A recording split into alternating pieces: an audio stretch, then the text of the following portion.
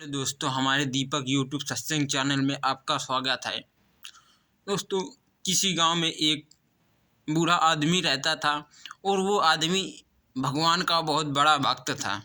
वो भगवान की बहुत पूजा करता था। एक दिन वो पेड़ लगाने गया, रोड के किनारे पेड़ लगा रहा था। तो वो पेड़ लगा रहा था तो लोग उससे बोले कि तुम ये पेड़ लगा रहे हो, लेकिन ये पेड़ के फल तुम्हें क्या खाने को मिलेंगे, क्या तुम्हें छाया देंगे, क्योंकि तुम तो बूढ़े हो गए हो। तो उस व्यक्ति ने बोले कि मुझे ये फल छा नहीं देगा और फल नहीं देगा, लेकिन जो लोग हैं या मेरे बच्चे हैं या और कोई लोग हैं जो रास्ते से निकलेंगे तो वो फल खाएंगे और मुझे याद करेंगे, क्योंकि मैं तो बूढ़ा हो जाऊंगा, मैं इस दुनिया में नहीं रहूँगा, लेकिन जो लोग रहेंगे तो वो मेरे फल खाएंगे पेड़ के, तो वो मुझे याद करेंगे। तो वो व्यक्ति खेती करता था और वो भगवान के ऊपर बहुत खुश था और भगवान का भरोसा करता था।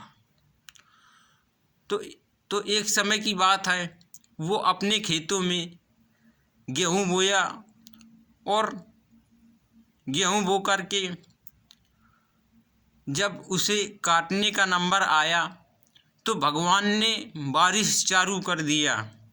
जब बारिश होने लगी तो उसके खेतों में जो गेहूं था तो वो सब खराब हो गया। तो वो भगवान के ऊपर बहुत गुस्सा हो गया और भगवान से बोलने लगा कि भगवान, तुमने मेरे साथ अच्छा नहीं किया है, क्योंकि मेरी फसल सारी बर्बाद हो गई है और मैं इसमें इतनी मेहनत करता हूँ और मेरे हाथ में कुछ नहीं आया। तो भगवान ने कहा कि ये तो होना ही था, जो होना था तो वो हो गया, उसमें क्या कर सकते हो तुम।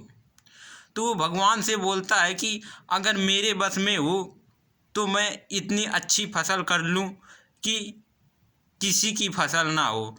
तो भगवान उससे बोलने लगे कि लो, अब तुम्हारे मन का होगा, जो तुम चाहोगे वही होगा। तो उसने फिर गेहूं की फसल बोई और गेहूं की फसल जब बोई तो उसने ना धूप दिया अपने गेहूं में और ना पानी दिया, और वो बहुत खुश था और उसकी फसल बहुत अच्छी निकली, बहुत अच्छी हुई उस साल। वो बहुत खुश था और जब काटने का नंबर आया तो उसमें देखा कि गेहूं में उसमें दाना ही नहीं है, गेहूं के पेड़ में। तो वो भगवान से पूछने लगा कि इस पेड़ों में दाना क्यों नहीं है। तो उस भगवान ने बोले कि तुमने इसमें ना धूप दिया है ना पानी दिया है, तो इसमें दाना कहाँ से आएगा। जब वो गेहूं का पेड़ जब धूप और पानी नहीं सहेगा तो उसमें एनर्जी नहीं आएगी और जो लोग खाएंगे तो उसमें बल कहाँ से आएगा। तो इसीलिए हम लोग जो खेती किसानी करते हैं तो उसमें धूप भी होती है और बारिश भी होती है, सर्दी भी होती है और गर्मी भी होती है, इसीलिए हमारी फसल तैयार होती है। क्योंकि कोयला जब निकलता है तो वो आग से तपकर निकलता है, तभी वो कोयला कहलाता है। और सोना जो होता है तो वो हथौड़े की मार से और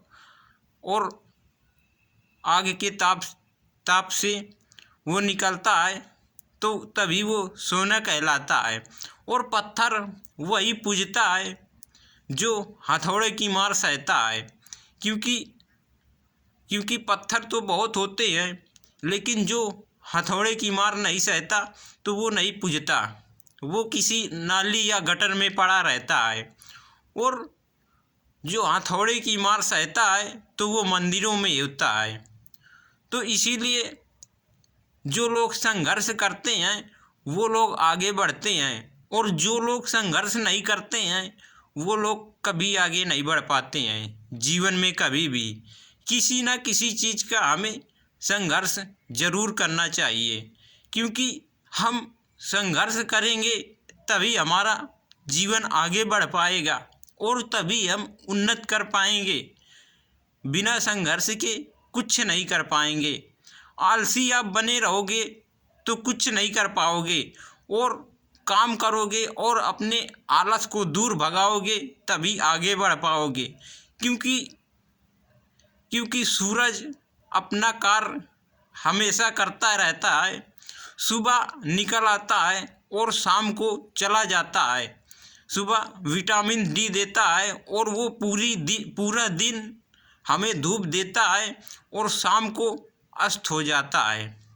तो इसीलिए सूरज को हम लोग कुछ नहीं देते हैं तभी वो हमें धूप देता है, और धूप दे कर के शाम को अस्त हो जाता है।